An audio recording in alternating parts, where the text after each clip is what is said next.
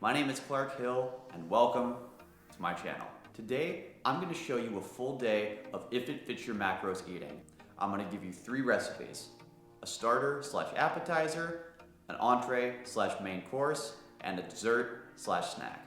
But first, if you're new to the channel, I'd really appreciate if you hit that subscribe button so you can stay on top of all my fitness content as soon as it comes out. Now, what is if it fits your macros, also known as flexible dieting? Well, macros are short for macronutrients, which are nutrients that your body needs in large quantities to function properly. They consist of protein, carbohydrates, and fat. Now, you need a specific amount of these macronutrients to operate at an optimal level.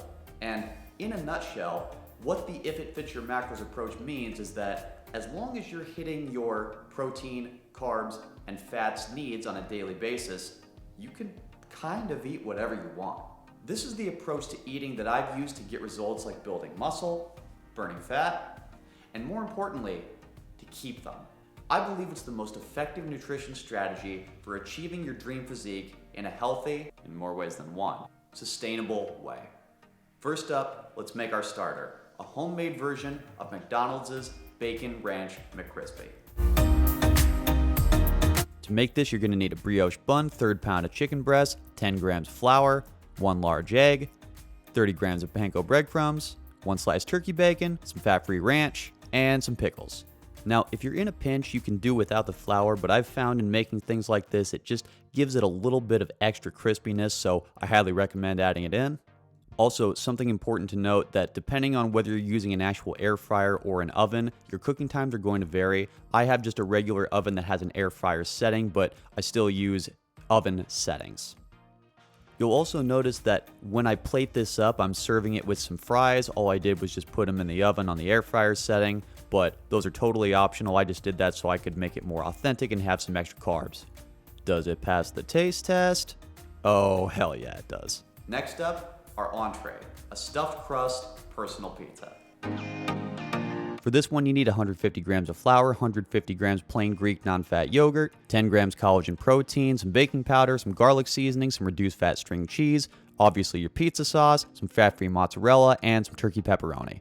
Now, you don't actually have to use the turkey pepperoni. That's just my personal favorite topping when I've always just been a pepperoni guy, but you can do plain cheese, you can do some lean ground sausage, some lean ground turkey, whatever. This is just the kind of the base one. I think a pepperoni pizza is pretty standard.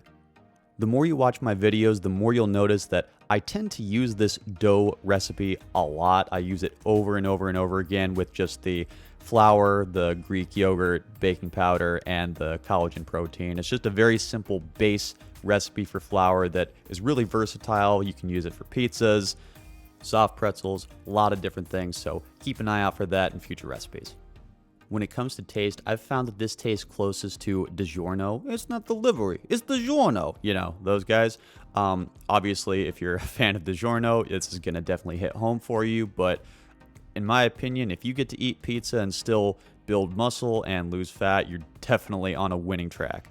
Also remember, you don't necessarily have to eat all of these all at once. You could have a couple pieces now, a couple pieces tomorrow, however you need to space it out. Take a bite here, and it's incredible. And finally, for dessert, a classic piece of Americana, Twinkies.